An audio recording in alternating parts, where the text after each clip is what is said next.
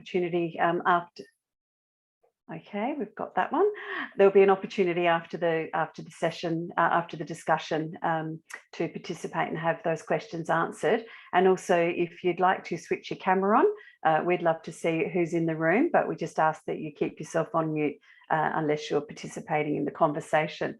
So welcome to our online conversation, the purpose of which is to commence a discussion amongst AEU members and also the broader education sector on the impacts of racism on the employment of First Nations peoples. This public conversation is the culmination of almost 2 years of internal work, which has been led by the Yalukit Yalenj, the AEU's Federal Aboriginal and Torres Strait Islander Committee, and I can see some of the members on here tonight. It's made up of elected Aboriginal and Torres Strait Islander members from our state and territory branches and associated bodies. And I'd just like to take a moment to acknowledge them for their work and for their leadership in shaping this conversation in our organisation.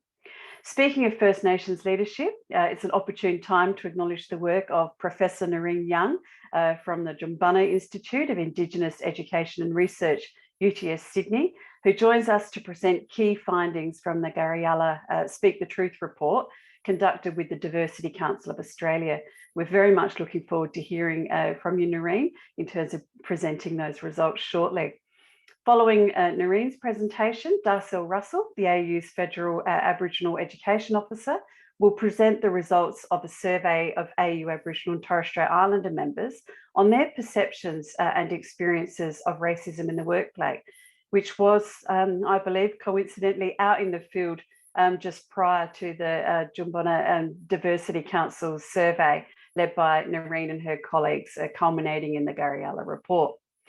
Then Susan Hopgood, AEU Federal Secretary, will follow Darcel's presentation with a response from the AEU, which will outline our thinking around the scope of our work and broad plans for our future work. As mentioned previously, the idea for the AEU's survey, its design and development have all been led by the Yalukit Yalenj, and this work arose directly from concerns expressed by Aboriginal and Torres Strait Islander members about the increase in the levels of racism that they were experiencing in their education workplaces. The fact that approximately 16% of Aboriginal and Torres Strait Islander members of the AEU responded to the survey confirmed to us what we already knew, that workplace racism is a critical issue that has very real negative impacts upon the lives of the vast majority of Aboriginal and Torres Strait Islander teachers, educators and education support professionals employed in the public education sector. More broadly, Noreen's research and the research of others confirms this. For example, the Diversity Council of Australia's State of Exclusion Survey 2019 shows that almost 1 in 2 Aboriginal and Torres Strait Islander workers, 48%, indicated that they had experienced at least one incident of workplace harassment and or discrimination in the past 12 months. The Gariyala Speak the Truth report in 2020 built on these findings and concluded that Indigenous employees face significant workplace racism and exclusion. Racism impacts wellbeing and job satisfaction, and that current workplace supports are ineffective for Aboriginal and Torres Strait Islander people in the workplace. Thus, the challenge we face tonight and in our work more broadly across the public education sector, the education industry and the trade union movement is to work out why the current workplace supports, including, might I add, workplace complaints processes, are so ineffective, and work with Aboriginal and Torres Strait Islander employees across all levels of our system to find and implement long-term systemic solutions which are grounded in the principles of social justice. So I'm very much looking forward to this conversation tonight, and I'd now like to hand over to Noreen for your presentation. Thank you, Noreen. I was on mute. Thank you, and thank you for that lovely introduction, Yama. Everyone, I'm Noreen Young. I am Industry Professor at Jumbunna Institute of Indigenous Education and Research at UTS Sydney. I'd like to acknowledge that I'm on Gadigal country, that I live and work on Gadigal land. I am a descendant of the Eora, and so I'm lucky enough to be able to live and work on country. I grew up on Dharawal and hold that very closely into my heart and spirit. I am in my natural habitat. I love working with unions. I started off my employment career as a trade union official. I'm teacher trained, and I worked in the Tessol industry, and then went and worked for your old enemy, the AEU. But I'm a public school person. I didn't organise in private schools. I organised the Tessol industry, and I'm very proud of that. In the late 80s, early 90s, we unionised that industry, and during that time, I was also an affirmative action member, so represented women on the executives of both Unions New South Wales and the ACTU. I left the trade union movement in, I think, about 1998, and became the director of the New South Wales Working Women's Centre. I then was CEO of Diversity Council Australia for 7 years. And so worked in mainstream diversity employment for a long time, but always focusing on Aboriginal and Torres Strait Islander employment. Then I worked for PwC's Indigenous Consulting as the employment lead for 3 years. And then I was lucky enough to get the appointment to Jumbunna, which I'm very privileged and fortunate to have, and to be able to work around employment issues for our people. I head up the Indigenous People on Work Research and Practice Hub, and it's in that capacity that we did this research. So, Suzanne, if you wouldn't mind putting the first very pretty slide up, that would be really great. Fabulous. That artwork, I just want to note, was done by Kirsten Gray, who's a Uraloroy woman who worked with me. She got poached by the Disability Royal Commission and is now heading up the Indigenous unit there, but she worked on the early iterations of this survey and also gave us her artwork, which was very kind of her for this, or we paid her obviously, for this project. And she depicts the concentric circles that are our working lives and the contribution that mob have made to this modern economy and the central role we play in it. So if you wouldn't mind going to the next slide, Suzette. We are centring the experiences of Aboriginal and Torres Strait Islander people in this survey. When I started at Jumbunna, I had, as all of you have, had a lot of experience in and around the conversations about Indigenous people and work. And particularly at a policy level when I was at PwC, and lots of jobs for government, lots of work for government in working with them around RAPs and Indigenous employment strategies. And I've worked on a lot of RAPs over the years, particularly in the corporate sector. And what was missing, particularly in the policy discussion, was the voices of our people. It was the absolute glaring omission. Nobody had ever asked mob what we might think of our employment experiences and what needs to be dealt with in all of those contexts.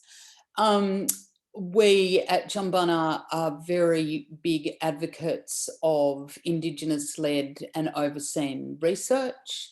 And so it was myself and Joshua Gilbert, who's a Warramai man, from the Jumbunna side, working on it, from DCA, 3 non-Indigenous people, Dr. Jane O'Leary, Kathy Brown and Rose Delmata Remedios. Why I wanted to work with them is that I'm not an academic. I'm an employment diversity practitioner, and I didn't know how to do employment research, but as CEO of DCA, I had a strong view that there needed to be employment diversity research done in the Australian context. And so we built that up that capacity up during the period I was CEO, and I know that they're the best employment diversity researchers in the country, so I wanted to work with them on this project. We put together an Aboriginal and/or Torres Strait Islander expert panel, which was people from right across the spectrum of Aboriginal employment knowledge, Aboriginal and Torres Strait Islander employment knowledge. For example, Kadia Atherton works in the Indigenous employment team at Accor Hotels. Lani Blanco, who may be known to some of you, she's a Kuku Yalanji woman, I've known for many, many years, and she is probably the senior Aboriginal human resources practitioner in the country. Dr. Olivia Evans, who's a Gomeroi woman who works at AEU. Cara Keys, who you will know, formerly from the ACTU. Christy Masella, who is head CEO of the Aboriginal Employment Strategy. Professor Yin Paredes from WA, who works around cultural safety. Phil Silliphant, who was then, I don't know where he is now, at Wesfarmers. Sheena Watt, now MLC, who I'm sure some of you will know, then working at AFL Job Ready, and Associate Professor Megan Williams, who was then at the Centre for Cultural Competence at Sydney Uni, has done lots and lots of work over many years about cultural competency in the health sector, and has now come back to UTS actually, and we're very glad about that. But we were able to pull together an Indigenous panel to oversee it, and they really did. It wasn't tokenistic. It was, they were working with us every step of the way, particularly when it came to formulating the questions for the survey, and then knowledge fed into everything that we did. If you wouldn't mind going to the next slide, please, Suzanne. I'm going to take you through our aspiration, our methodology, and our findings. If you wouldn't mind going to the next slide, please, Suzanne. So what was our aspiration? We created Gariala Speak the Truth in Wiradjuri language, and I want to acknowledge Lachlan McDaniel, who again worked with us on early stages of the survey. And he organised for us to be able to use that beautiful Wiradjuri language for this purpose. So we wanted to enable Aboriginal and Torres Strait Islander workers to share their workplace experiences, and so enable D&I practice to be founded on Indigenous voices. We hope this report enables our mob to tell our own stories. Gariala, Speak the Truth. So if we move to the next slide, please, Suzanne. Our methodology was thus: we did an online survey of 1,033 Aboriginal and Torres Strait Islander workers. We had sponsorship, and I haven't said this, we had sponsorship through DCA from National Australia Bank and Coles. So we had enough money to pay a polling firm called Polity, who have an Aboriginal and Torres Strait Islander panel of 276 people. So we paid them for them to survey that panel, and we thought we might get another 200. So I thought maybe we'll get 500. Because the orthodoxy is that mob don't respond to surveys, which this absolutely challenges. We put out on social media, we used all our family, all our relatives. We got them to distribute it. I still have mob coming up to me and saying, filled in your survey, sis, and that's like a year and a half ago. So we really did get it out a lot of places, and we got 1,033 responses, which says to me that mob will fill out surveys when it's Indigenous run. And Jumbunna, I think, has, and we have as our head distinguished Professor Larissa Berrant, and I think people know her in community and trust her and trust Jumbunna. And mob do want to talk about work. This was the first opportunity to do so, and people took it up. It was really exciting and gratifying to have that many responses to be able to get the data from. We divided the questions into 4 categories. 1, sharing identity at work. 2, how culturally safe are Australian workplaces? 3, what is the state of racism in the workplace? And 4, what makes a difference? So if we move to the next slide, please, Suzanne, and thank you so much for this. 72% of respondents said it is important to share my background at work, and 87% agreed that they actively talk about their identity and do not try to keep it private. So to what extent do you share your Aboriginal and or Torres Strait Islander background with other people in your current or most recent workplace? 87% of people said they actively talk about their identity. Next slide, please. Next slide, please, Suzanne. Thank you. Sharing your Aboriginal and or Torres Strait Islander background is vitally important. If we go back, sorry, if we go back 1 slide. Thank you. No, back, no, forward 1 more. Thank you, that's it. Sharing your Aboriginal and or Torres Strait Islander background is vitally important, but it's complicated. 63% of people surveyed experienced high levels of identity strain, 39% carry the burden of high cultural load, and 28% work in culturally unsafe workplaces. We had some amazing, excellent, deadly quotes from people, and we chose this one to illustrate this point. It can be challenging as we all have different experiences growing up as blackfellas. Some are born on country with strong family kinship and cultural knowledge. Others were stolen from their black mothers by their white fathers and or government. Others waited till they turned 18 to change their surname and identity. And if we move to the next slide, please.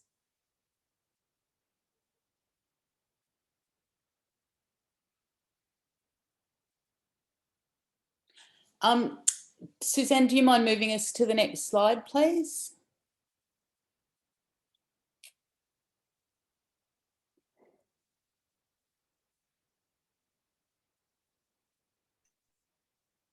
Fantastic. There we go. Thank you. Thank you. Appreciate it. 63% of people, no, back 1, please. Sorry. 63% of people surveyed said that they had experienced high, no, 1 more forward. Thank you. Forward 1, please. Sorry. Okay. Anyway, doesn't matter. We'll go to this one. Identity strain was coined by the project team. It takes the form of, for example, I have to work harder to prove that an Indigenous person can do the job, 65%. I am asked to do something that has made me feel I'm compromising my cultural integrity, 44%.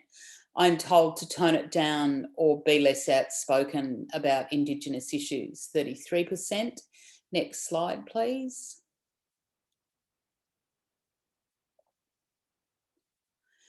So that's identity strain, the burden of cultural load, and what is cultural load? The often invisible additional load borne by Aboriginal and Torres Strait Islander people, where they are the only Indigenous person or one of a small number of Indigenous people at work. 39% experienced high levels of cultural load. It's not our job to be the educators and make the workplace more inclusive. That just gives us more of a workload than anyone else and puts our jobs and careers at risk for not meeting normal work KPIs. Recognise and reward differently the load that we carry on behalf of everyone else. And we adapted that cultural load definition from Mark Ragg, who's a non-Indigenous researcher that I work with a lot and works with Megan Williams a lot in his really great work, The Enormous Load on Aboriginal and Torres Strait Islander Leaders. And it was a very useful term for us to use. If we wouldn't mind going to the next slide, please, Suzanne. Cultural load takes the form of, I'm expected to educate my non-Indigenous colleagues about Aboriginal and Torres Strait Islander peoples and culture, 71%. I'm expected to talk on behalf of all Aboriginal and Torres Strait Islander peoples, 69%. I have extra Indigenous related work demands placed upon me that non-Indigenous colleagues don't. For example, organise NAIDOC week, do cultural awareness training, 66%. If we move to the next slide.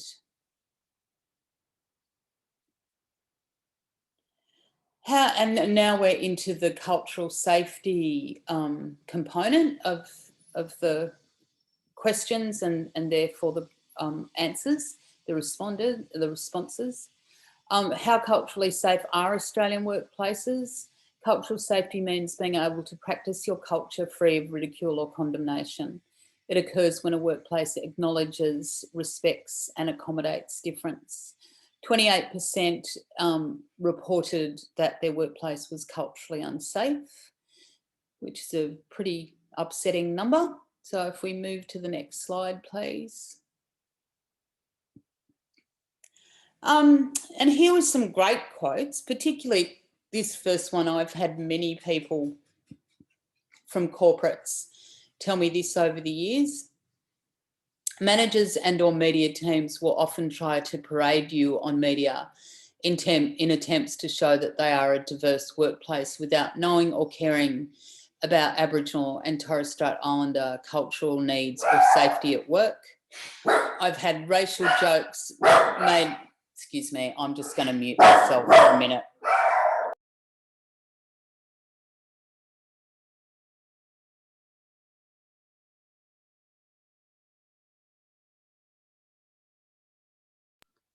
I've had racial, I'm just starting again, that was my dogs. I've had racial jokes made in front of me by clients and a co-worker said to me, oh, so you're half caste. I was the only Aboriginal or Torres Strait Islander person employed, so it made me feel isolated. So if we can move to the next slide, please. How culturally safe are Australian workplaces? Lack of cultural safety takes the form of my workplace values the skills, perspectives and experiences of Aboriginal and Torres Strait Islander people, only 45%. Aboriginal and or Torres Strait Islander peoples are appointed in any internal roles with an Indigenous focus, 50%, only 50%. I'm comfortable expressing my cultural and personal beliefs at work, 37%. If we go to the next slide, please. What is the state of workplace racism? According to our survey, 59% of people had experienced appearance racism. And our quote there was, in previous workplaces, due to having fairer skin, I've been told I'm not a real Aborigine or that the real Aborigines live in the top end. Assumptions and stereotypes. It was my manager in my most recent job that said, you people don't work, do you? 56%. Racist slurs, and that was 44%. Overtly racist slurs at 44% even shocked me, and I've been an employment diversity practitioner for a long time, so I thought I couldn't be shocked. In some workplace situations there was blatant racism. I was called a mongrel breed and was asked, how did you get this job? And that was 44%. So if we move to the next slide, please. This is really a slide for employers. For so long, turnover and attrition has been talked about and we're always blamed for it. I've argued for a long time that it is actually about the workplace and not about the Aboriginal person. And this was really borne out by the survey responses, where only 13% were always satisfied with their job. I would recommend my workplace to other Indigenous people. Only 39% and 36% said I'm likely to make a genuine effort to find a new job with another employer in the next year. Next slide, please. So what did our survey respondents think were things that worked in workplaces? 5 workplace initiatives that are consistently linked to better Indigenous staff wellbeing and retention. 1, formal career development programs for Aboriginal and or Torres Strait Islander employees. 2, having racism complaint procedures. It's kind of a worry that people didn't, but anyway. 3, and I've seen this work really well in a number of workplaces, Indigenous leader elder support or sponsorship of new and young staff. 4, anti-discrimination compliance training that refers to Aboriginal and Torres Strait Islander people, 36%. And 5, celebrating days or weeks of significance, 70%. But really sadly, only 1 in 5 people worked in organisations where there was racism complaint procedures and processes and anti-discrimination training that included specific reference to Indigenous people and to Indigenous discrimination and harassment. So given that the Racial Discrimination Act has been in place for 35 years, that's a bit of a worry. Next slide, please.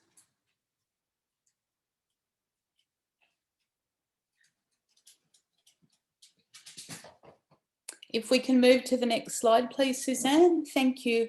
Fantastic. Thank you.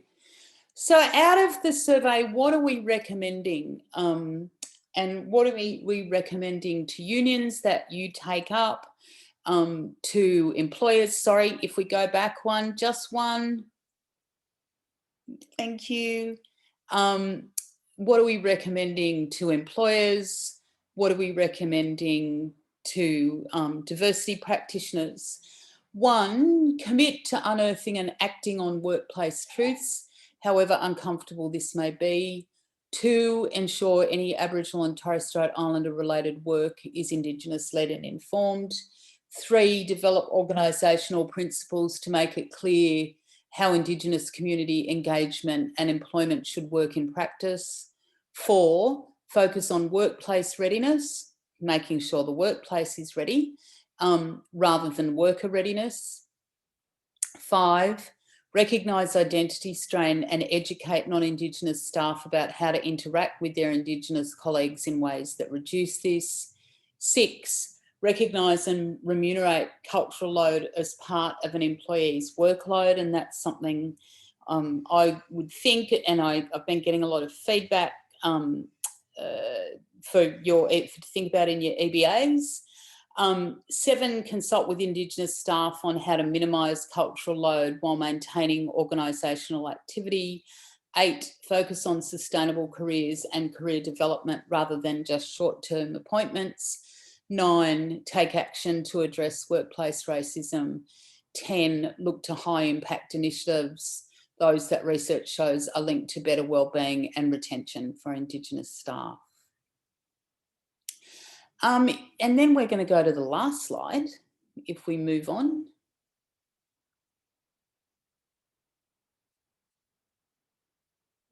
Can we go to the next slide, please, Suzanne? Okay, so that's the presentation. If you want to dive deeper, we've got some really great infographics and a synopsis report that anybody can access at the Diversity Council Australia website, which I will now put in the chat, and is www.dca.org.au.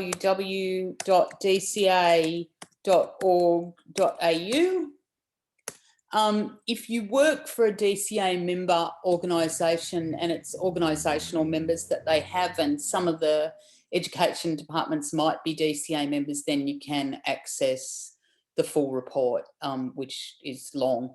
But if you just want to read the synopsis report and the infographics, you can get that anytime. So thank you, everyone. Happy to answer questions if that's what we've allowed for.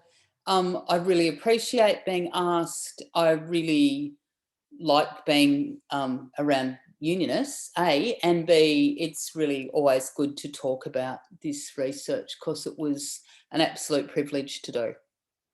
Thanks very much, Noreen. That was a fantastic and incredibly interesting presentation. It really tells a very stark story, though. We're going to have an opportunity to do questions after the next two presentations, so we'll come back to that, and I'm sure people will want to ask questions. Can I just ask, what time will we finish? Because I need to be out of here by about 10 to 7. Yes, we'll be finishing on 7 o'clock, so okay, so there'll be time. There'll be time. Yeah. Okay. Yeah. So that'll be fine. Yeah. Cool. Excellent. All right. We now come to Darcel. Thanks, Darcel. Thanks, Karina. Good evening, everyone. My name is Darcel Russell. I'm a Gurrumpul woman from Quandamooka country, otherwise known as Moreton Bay, Minjerribah, North Stradbroke Island, Turringary, just off the southeast coast of Brisbane. I'd like to acknowledge the old people from this place where I'm coming from, which is Wiradjuri country, Kulin Nations. I'd like to acknowledge all of the Indigenous brothers and sisters that I can see on the screen at the moment, in particular our AEU members who are here. Good to see you all. And I'd also like to acknowledge all of you and thank you very much for coming tonight to this important conversation, and thank Noreen for her work.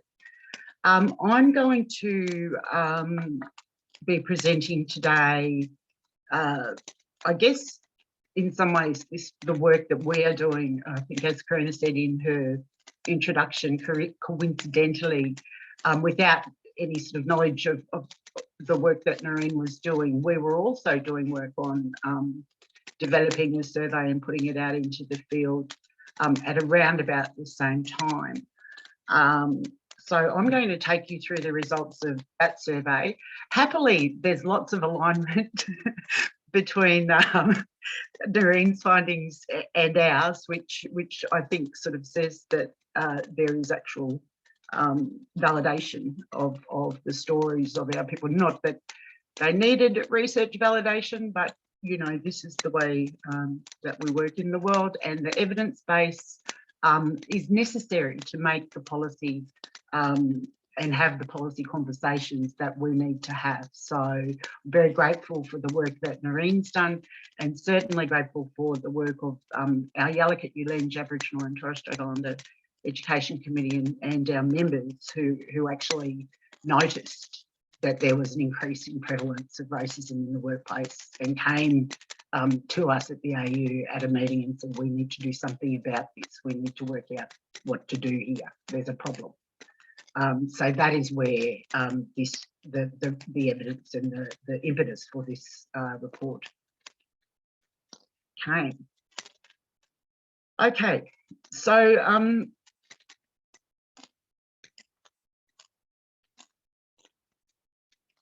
somebody taught me how to do this. I think can everyone see my screen? Is that yes? Yeah. Okay, good. As I said to you, the need for the survey was generated by and from our Aboriginal and Torres Strait Islander members. When we did a scan in around the literature that was available for around racism in schools, what we found was that there was very little data about the Aboriginal and Torres Strait Islander workforce. Lots of data about how racism impacts Aboriginal and Torres Strait Islander students in schools, but very little elucidation or really any data around the Aboriginal and Torres Strait Islander workforce specifically, which is exactly what Noreen said around, you know, the need to centre our voices and where that information is actually coming from. We emailed the survey out to our Aboriginal and Torres Strait Islander member lists across the states and territories. Again, our survey design was very similar to Noreen's in terms of it was an Indigenous-led process. questions. You know, there was lots and lots and lots of poring over things to try and get things right. We decided that we would cover 6 thematic areas to dig deeper into some of the issues that we knew were occurring. We ended up getting close to 500 responses, which was approximately 16% of our membership. And the responses reflect generally the numbers of our members across the states and territories where we have significantly larger number of Aboriginal and Torres Strait Islander teachers in New South Wales, and then similar numbers in Queensland, South Australia, etc. We also had quite a large spread of people who have been members of the union for you know, a short time in their careers or for a very long time in their careers, which was good. So clearly, I guess when you set out to find out from Aboriginal and Torres Strait, or confirm from Aboriginal and Torres Strait Islander members whether whether the rumours about racism are true, you expect to find that yes, there's an issue, which is really what we did. But we now have data to back that up. The data shows us that whilst most Aboriginal and Torres Strait Islander educators in most workplaces feel mostly welcome and respected, it's not the case for a large percentage of Aboriginal and Torres Strait Islander workers. And again, aligning with the Garryella findings, over half of the respondents to our survey agreed that they had to minimise, or felt that they had to minimise aspects of their culture in order to be able to fit in with their colleagues. So the data in the survey reflects again that most respondents say that their education workplaces are safe and welcoming places for Aboriginal and Torres Strait Islander people. They agree that the workplace employees are supportive and welcoming, that students are supportive and welcoming, and that leaders and managers are welcoming. Even though we were, I guess, surprised and impressed by those numbers, we still have to keep in mind that means the 78% means that there's 27% of Aboriginal people who are not, I hope I got my maths right there, Susan, 27% of Aboriginal people who are not, that's over a quarter of the workforce, a very substantial number of people who do not feel as though they are welcome in their own workplaces. And, you know, some of the member comments that we received in relation to this were comments that reflected bullying and harassment, reflected racial identification, and reflected some of the issues with the complaints process in terms of what actually happens to Aboriginal and Torres Strait Islander staff when they are making complaints around racial discrimination.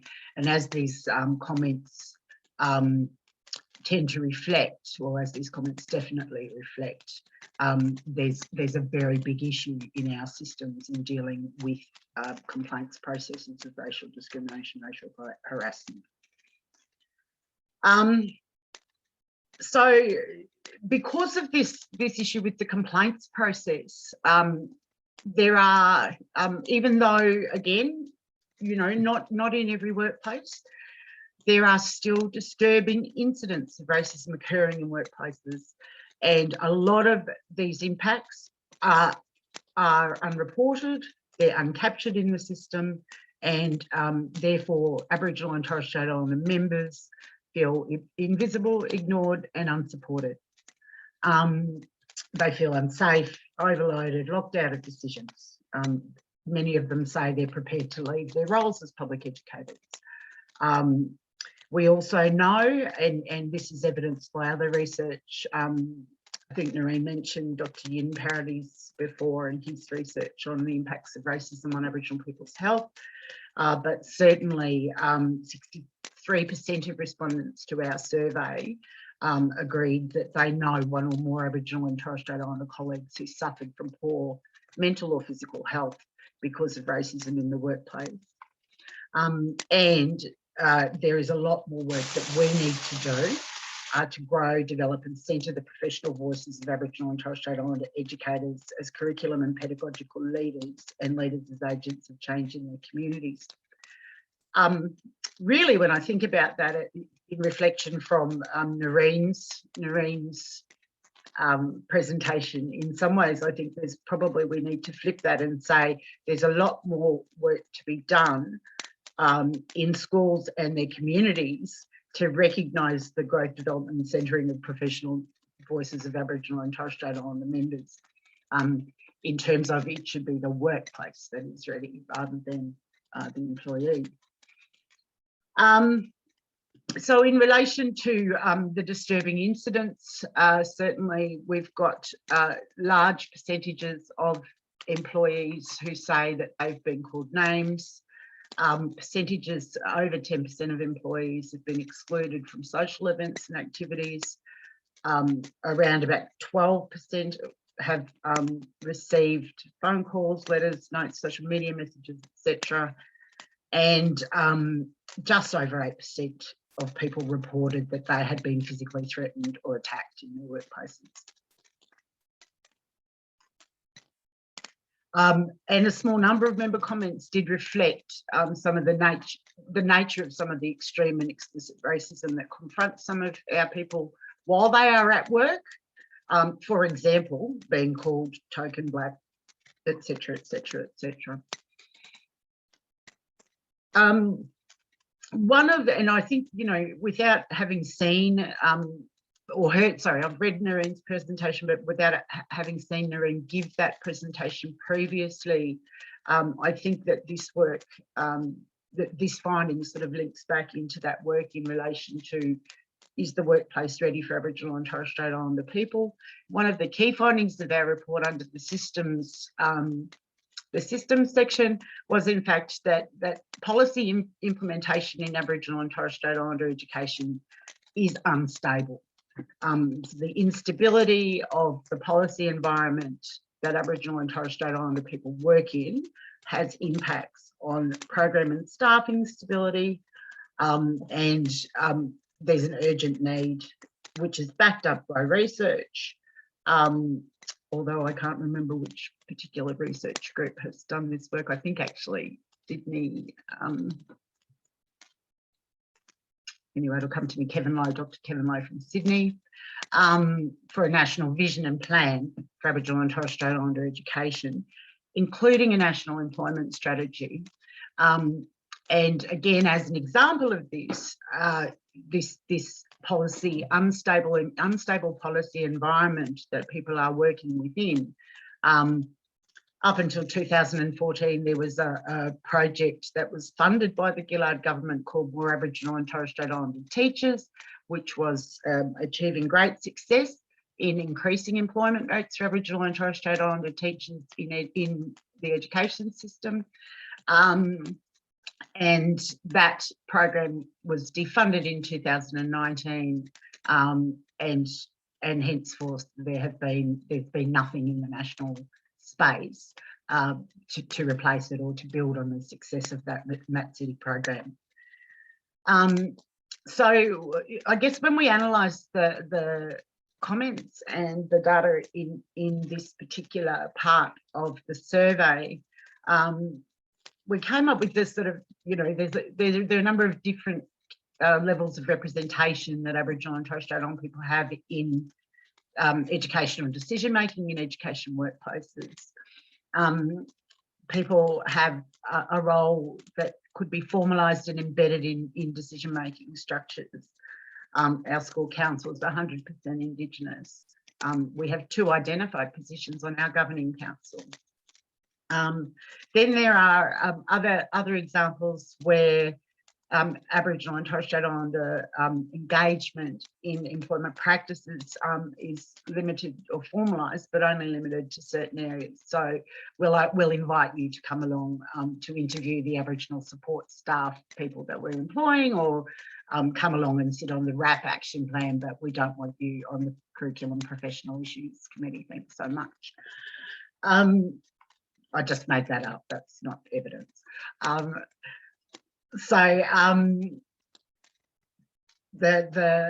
The third part of that is that Aboriginal and Torres Strait Islander people find themselves represented or engaged in educational decision making,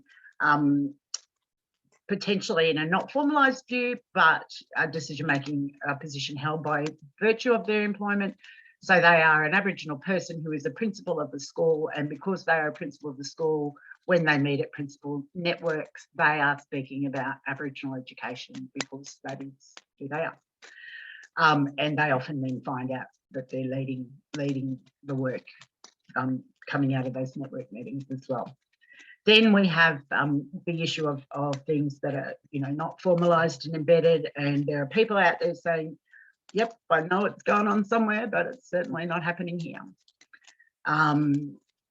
There are others who are saying, yep, it's not going on here and we know why it's not going on here.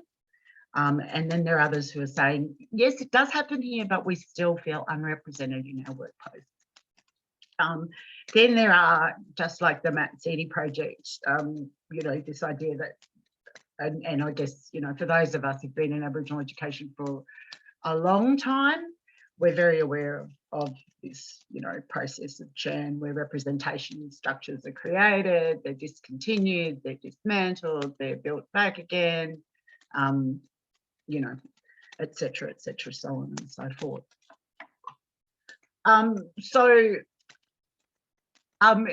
It's no surprise that I guess that union members believe that our union is leading the sector, but certainly there is evidence to suggest that we are one of the only organisations currently in the education industry to regularly bring together groups of Aboriginal and Torres Strait Islander teachers, principals, education support professionals for professional, collegial, and I should have written industrial discussions in there as well.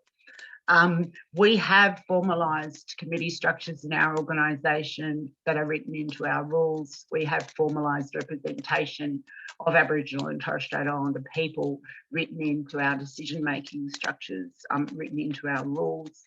And again, as Noreen said, if the workplace is ready, if the organisation shows readiness, then people are more likely to participate in a way that is more productive, because you do people feeling more safe in the workplace, as an outcome of that would be productivity, I'd imagine. So we certainly have lots of data here that says that our members, our Aboriginal and Torres Strait Islander members, believe that the union is a strong advocate for education, and also a strong voice for our members. As a union, though, you don't put a report out without saying, well, what are we going to do about it? And the things that sort of we have decided is that we have to do something about it, because there are very few other people in the education industry or groups speaking about this issue at the moment, and it's an urgent issue for Aboriginal and Torres Strait Islander employees in education. Hence, the reason why we've invited people to come along tonight to join us in this conversation.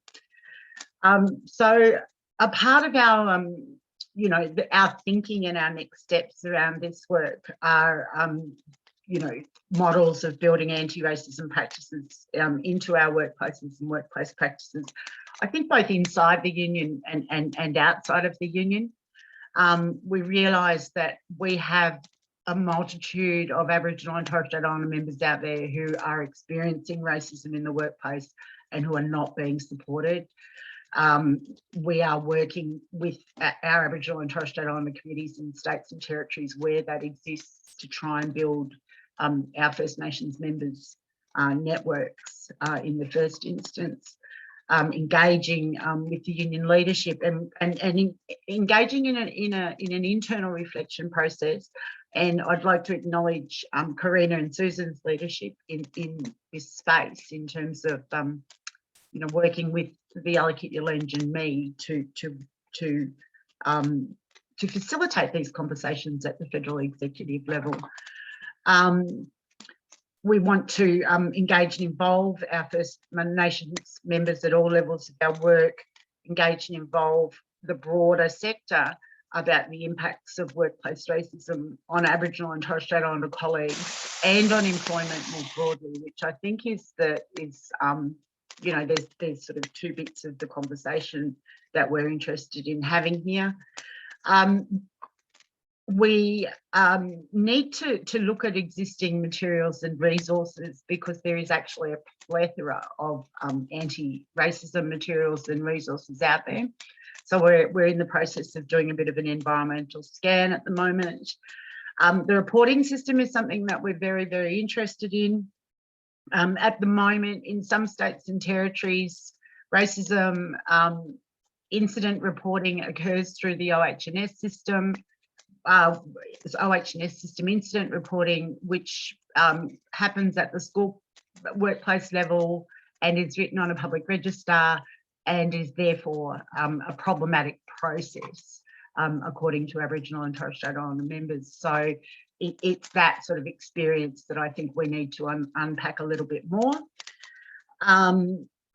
Certainly the coalition building to identify and work to identify organisations, sorry, I missed a word there, and work together on areas of common interest and exploring the potential of broader civil society anti-racism campaign. I note that there's been lots of calls from lots of different elements of civil society in relation to this area.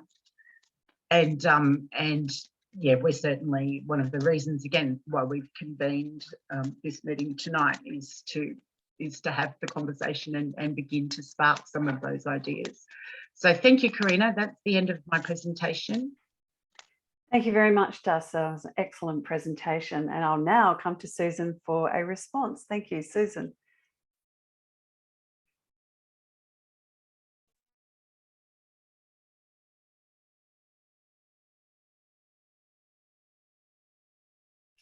You're on mute, Susan. That was a bad start, wasn't it? Good afternoon, everyone. And thanks, Darcy, for that presentation. And also thank you, Noreen, for your earlier presentation, which has set the scene, I think, for the discussion that we're having this evening. I'm Susan Hopwood. I'm the Federal Secretary of the AEU. I'm joining tonight from Wurundjeri country from the country of Wurundjeri people of the Kulin Nation. And I pay my respects to their elders, past and present. As Darcy mentioned, this conversation tonight is the culmination of almost 2 years' work internally in the AEU. Whilst our work at the AEU has been led by the Yalukit Yalenj in the past 12 months, there has also been a number of discussions run by members of our state and territory, Aboriginal and Torres Strait Islander education committees, with a view to sharing employees' different experiences in their state territory education and training systems. This work is driven by the AEU's Aboriginal and Torres Strait Islander members. In Queensland, for example, where we have an active Aboriginal and Torres Strait Islander education committee, Gandu Jarjum, the work is focused on building local networks of Aboriginal and Torres Strait Islander members.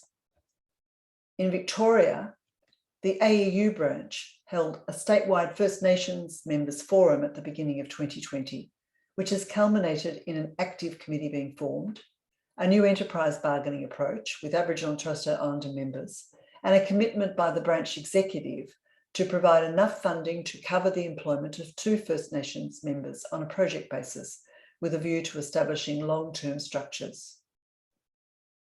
Whilst we've been working with First Nation members in our branches and associated bodies, at the federal level, the AEU Federal Executive has, for the past 3 years, met jointly with the Yalukit Yalenj to monitor progress on the AEU's Aboriginal and Torres Strait Islander engagement plan.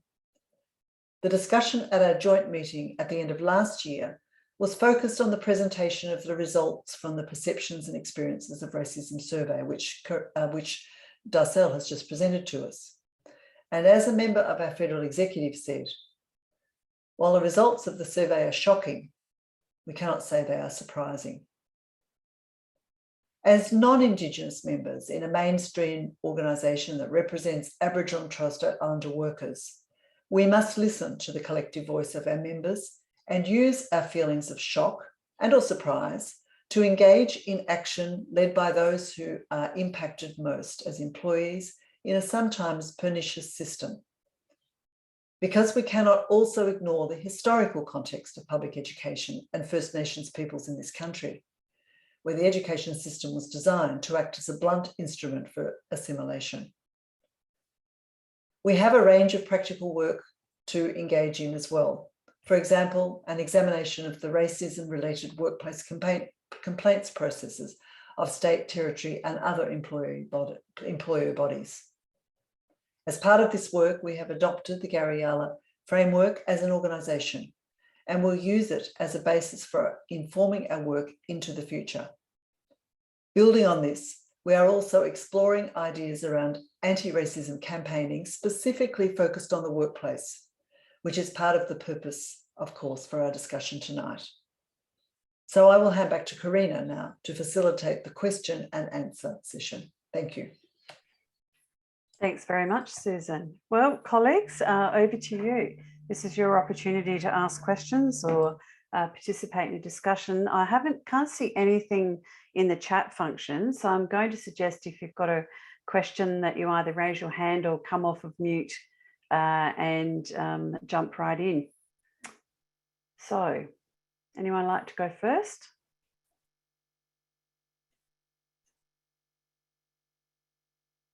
Don't be shy. Particularly as we've got Noreen for about another 15 minutes, I think. So if you have any questions for her. Great. Karina, it's Vicky from the ACT here. I'm asking either Darcel or Noreen around, were you able to capture successful stories as well? What limited as they might be, so that we can grow those? Can you talk about any of that to give us some kind of optimism? Shall we come to Noreen? We'll come to you first. Yeah, no, we didn't. So I'd like to leave you with optimism, and I think there are bits around the place. Because it was the first survey that we'd done and that had been done, we thought it was really important as a group to capture those 4 categories that we captured. And we know from things like Reconciliation Australia's Reconciliation Barometer, for example, that RAPs, having a RAP in place at your workplace is good for non-Indigenous Australians in terms of racism. We know different things that are effective. We know what mob-like in terms of RAPs, for example. But so much of this area is contested, and I'm probably going to work with Dr. Charlene Leroy-Dyer, who's really senior in the NTEU's Indigenous members grouping and an academic on next year, and Darcel touched on this really well, because there hasn't been the attention given to workplaces. So we're going to probably work next year on some definitions of cultural safety for workplaces. So in your sector, for example, and the health sector, there's a lot of attention traditionally been given to definitions of racism and definitions of cultural safety. In the employment sector, not at all. One of the things that I'd like to campaign on over the next couple of years, and I'd like to do it ideally, I've raised it with Lara Watson, I'd like to do it with the trade union movement, and she said, yeah, sure, so we need to get that going, is seeking that we we seek a positive duty on employers to prevent racism in their workplaces, just as the Sex Discrimination Commissioner has sought, arising out of the Respect at Work report for sexist behaviour and sexual harassment. So that gives me a bit of optimism. I keep saying this, but I think, and I've done a lot of work around the Me Too movement as well. Me Too has given us all cause to pause and think in the terms, in the context of sexual harassment and sexist behaviour. Our job now is to do the same thing around racist behaviour and have that reckoning, because in the 35 years that the HR industry has had carriage of it, they haven't done very well. And we need them to sit down and have a long, hard look at themselves and what they do. Thanks, Noreen. Darcel. Vicky, yes, I mind you, ask Karina and Susan how despondent I was for about 12 months while I was writing this report. It took me 12 months to actually write the blooming thing, because that's how despondent I was about the results. But having said that, yes. But you know, I think our findings that show us that these, anti-racist inclusive workplaces that are safe for Aboriginal and Torres Strait Islander employees, at the moment are reliant on the goodwill of individual employers, individual colleagues, not just the goodwill, also the level of skill that they have in identifying and understanding and being able to navigate a proper resolution to incidents of racism in the workplace. So, a minor incident may happen, which doesn't need an OH&S report. It doesn't need a big blow up. It might just need a conversation between two people to get it sorted. But instead of that, it blows up. But to go back to your initial question, yes, there's lots of really good stuff happening, but it's not embedded in the system. So when that principle leaves, the Aboriginal employment program in the local community falls over because the new PRIN comes in and decides literacy and numeracy is more important than culture. You know what I mean? I'm just making that up, but it's that sort of when the community is not in control and embedded into the decision-making systems at that level, it's relying on goodwill and circumstance rather than a systems-based approach. Thanks, Darcel. Any other questions, comments? All right. Tad, over to you. You have to come off of mute.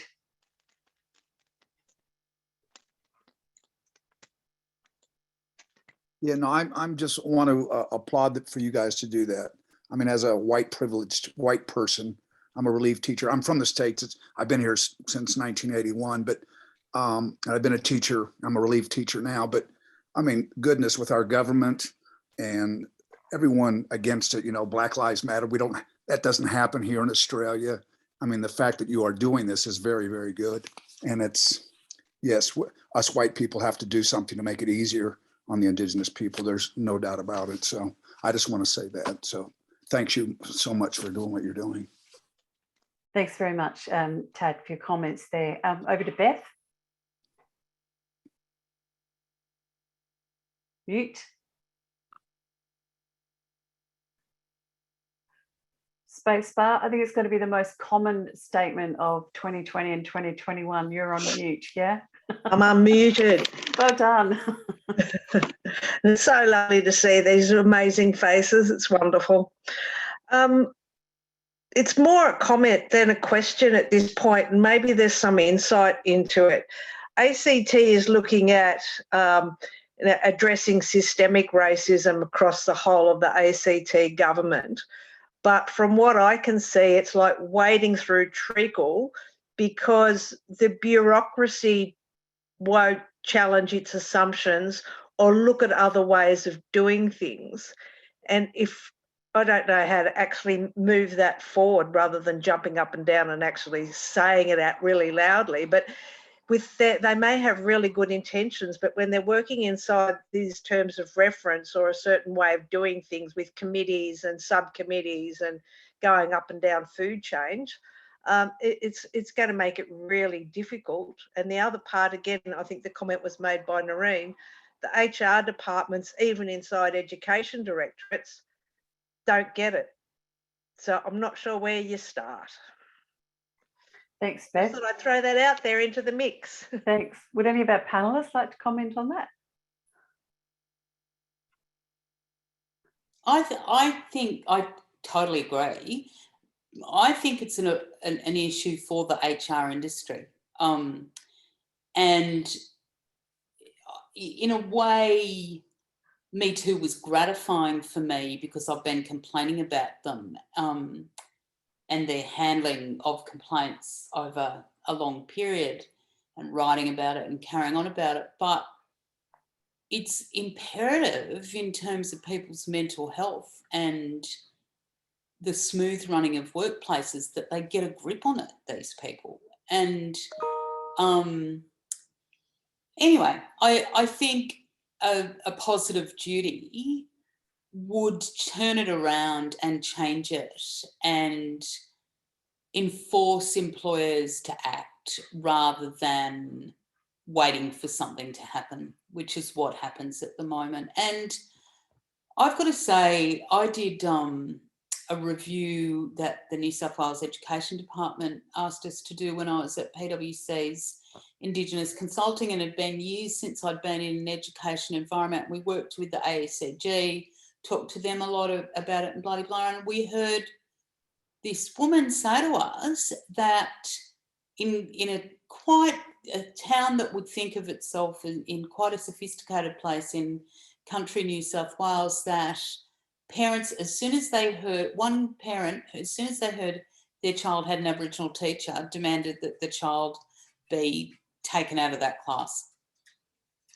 Now, I knew things were bad, but that shocked me. And I have felt for a long time my own kids went through public education. The pressure on teachers now in terms of parent engagement and expectation and blah, blah, blah is just so extraordinary and horrible, coupled with overt racism. Why would you want to be a teacher? You know, so I take my hat off to all of you.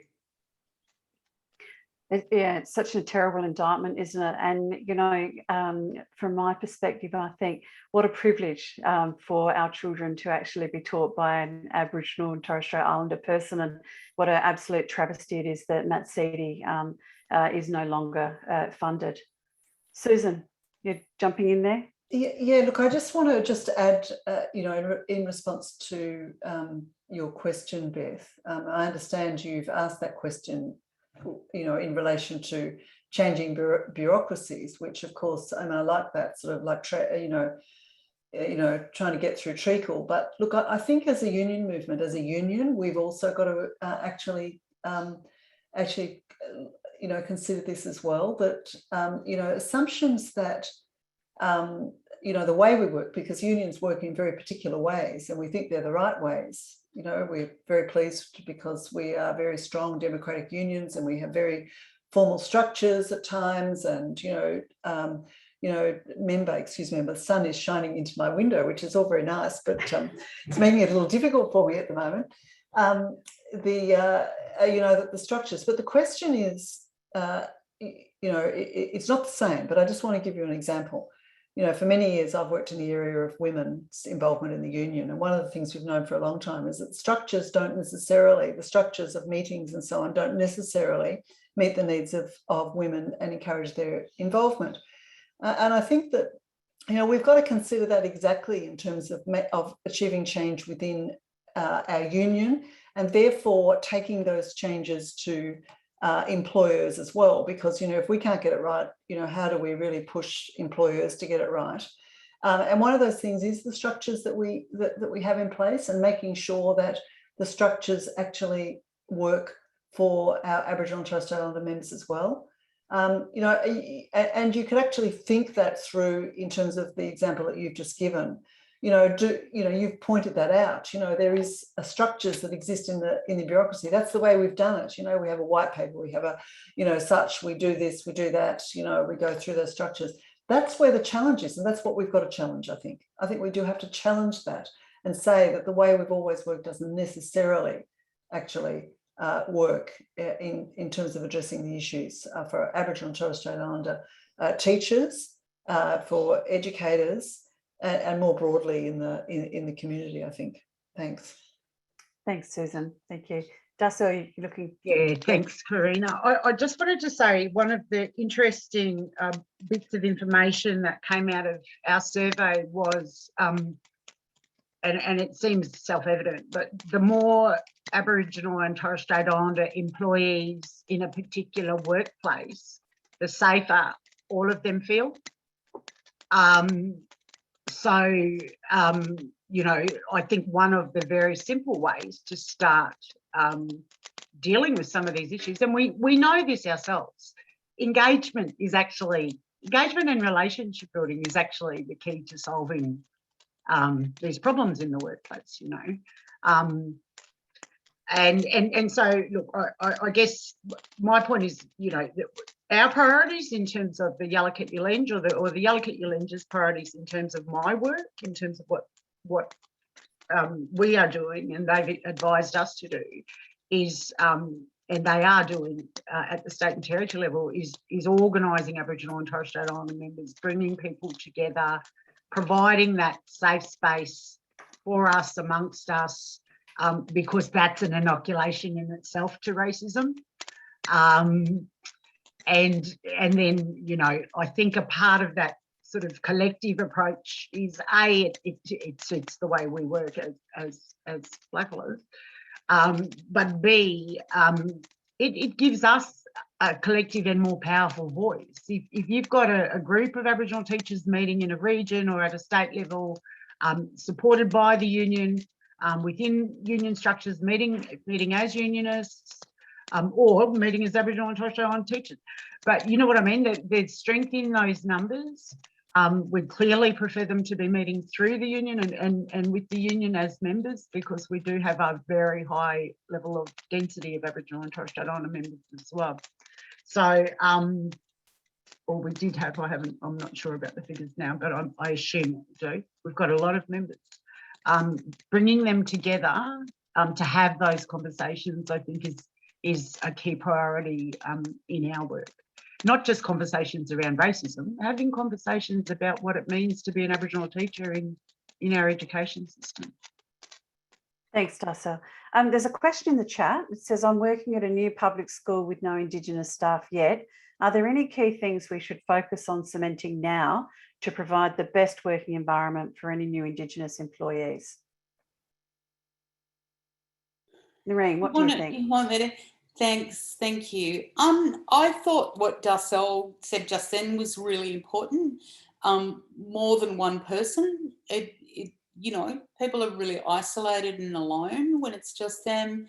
But go to those 10 truths and those recommendations of that Gariella report, and they're very practical. Some of those things are just, and you know, we say it in Indigenous employment all the time, just be really reflective and sensitive to the silly questions. Google instead of asking someone who the traditional owners of the local country is. I am constantly amazed at the incapacity of non-Indigenous people to use Google. It really does my head in. So I think those 10 truths, but just being really reflective around rude, intrusive, silly questions. Thanks, Noreen. All right, we'll come to the audience again. Have we got any other, we've got a few people who've turned their cameras on, so I'm Wondering if you've got questions you'd like to ask.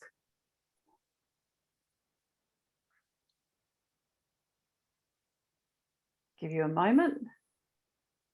Well, I'll kick off. I've got one. It's just really a bit of a follow-up question from some of the things that we're talking about, because one of the ways to achieve positive change, of course, in terms of the work that we do as a union, is through industrial processes and enterprise bargaining. Noreen, I'm wondering if you've come across examples of good, enterprise bargaining clauses that have been implemented to actually address some of the issues that you were talking about in the report, such as, that issue of cultural load and that issue of identity strain, and making sure that we've got culturally safe workplaces. No, I haven't, but I'd be happy to work with you on some model ones. I think that, there is a need. I know that the NTEU, just from what I've read as a member, are going to be working on some for our next round of enterprise bargaining. But I think a union like yours, if you could get some model clauses up, that would be really helpful for everybody, I think. And I think, and it's interesting, DCA, I've had a few meetings with DCA and their members asking about recompense. So that's really interesting. And they were small corporates, not big ones that have EBAs or unionised workplaces. But I think it's going to become a thing, which is great. Yeah, that's a fantastic offer. Susan or Darcel, did you want to respond or jump in there? Just in the context of bargaining and Susan's AEU response previously, where she mentioned the Victorian branch and the work that they're doing with Aboriginal and Torres Strait Islander members at the moment. And I'm aware that they've rethought their model of bargaining with Aboriginal and Torres. They're actually taking Aboriginal and Torres Strait Islander members along to bargaining or along to a bargaining meeting to talk about those issues. So I think that's a practical example of leadership of organisations saying, okay, we're in this space, we're talking about issues that impact directly on Aboriginal and Torres Strait Islander members. Do we need to have them here? Oh, yeah. Well, let's find them and bring them along. And I think that's the sort of practical stuff that Susan was also talking about in terms of reflecting on our own internal practices and modelling those practices, to the industry more broadly as we're working. I think the other thing is, once we begin to model those practices, we're also building the skills of Aboriginal and Torres Strait Islander teachers and members in spaces and places that where we need people to build skills. So I think it's a win-win all over. Can I just finish on this, Darcel, and everybody, if you don't mind, because I am going to have to go. I have worked at the intersection of the human rights jurisdictions and the employment jurisdictions for a long time. And I am a very firm believer in nothing happens properly in this country until we get things in the employment jurisdictions. Like, it is just as simple as that. And hopefully that will remain true, because to me, the employment jurisdictions and workplaces are the important ones and need to be respected. But I've had a vision for many years that we get some of these policies and procedures into enforceable industrial instruments rather than in EEO policies and procedures. And I remember when I was a union official, not at the AEU, in my 4 years at the ASU, which I try not to talk about because it just distresses me. But I can remember suggesting in the airlines industry that we have that we put them in as EEO procedures, and all the boys in the union said, oh, we can't do that because what if they get accused of sexual harassment? And I'm like, well, they probably did sexually harass someone. And so I kind of got an insight into what it's like outside the education sector. If you had outside the education unions, if you had said that in the education unions, people would have gone, oh yeah, okay. But in some of those blokey unions, that resistance to EEO, you know, there's a history and a culture to that. But I think if we can make them enforce these things enforceable, that would be a really, really positive thing. Thank you so much. Do you mind if I Noreen. leave? I'm meant to be Yes. out for dinner on one of the many social engagements that I've organised, driving my partner mad since post-lockdown. We've just, you know, gone to all these restaurants. So do you mind if I leave? Absolutely not. And you go and enjoy your dinner. And thank you so much for sharing the work with us tonight. And also, I think some new opportunities have arisen from the conversation, which we're pretty excited about. So thanks so much for everything. And an absolute pleasure. We'll Thank catch you. up soon. An honour to be among union members. Thanks Thank very you. much, Noreen. Well done. Bye-bye. Bye. Excellent. Bye. All right. Colleagues, do you have any final questions or comments? Because I think if not, we might all take an early minute. But is it Anne? Are you waving? You've got a question? You're saying goodbye? Tad. No, I just want Over to to say, you. with our government that we have in now, we need to get rid of that government so that we have any chance. We just got to get rid of that government. With Alan Tudge trying to, you know, change the curriculum and all that sort of stuff, we need to get rid of the coalition. Anyway, that'll be my last thing. Thanks a lot for you guys. I really appreciate it. Thank you. I think that's an excellent closing statement. But I will just come to Susan and Darcel for a final remark before we finish. Darce, perhaps we'll start with you. Yeah. Thanks, Karina. Look, I think, you know, this is really complex work, and my head sort of, I think, you know, the number of conversations we've had about, you know, where do we start, what do we do, how do we solve this problem, and I think I've just realised that we're not actually, you know, thinking about racism as a problem to solve is not the right way to think about it. I think what we need to do is think about people and the relation, because racism comes from people, systems, structures, etc., and thinking, wrong thinking, I guess. So I think that, you know, the message that I'd like to sort of leave everyone with is that those relationships, the relationships that you build with your colleagues, with Aboriginal and Torres Strait Islander communities, with Aboriginal and Torres Strait Islander people, clearly they have to be respectful, reciprocative, etc.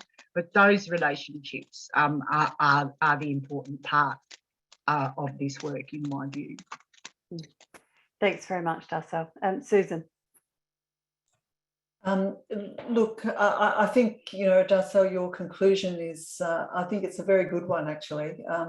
But so all I would say is, look, you know, at the end of this, these sort of discussions are really critical to, if I see it from the work of our organisation, our union, these conversations are very critical because they do, you know, in fact, assist us, I guess, in ensuring that we achieve what we've set out to do. And I just really finally conclude that, as I said in the opening, we're very committed. The AEU is very committed to walking alongside our Aboriginal and Torres Strait Islander members to actually change the way their experiences and change their lives for the better. Yeah, thanks.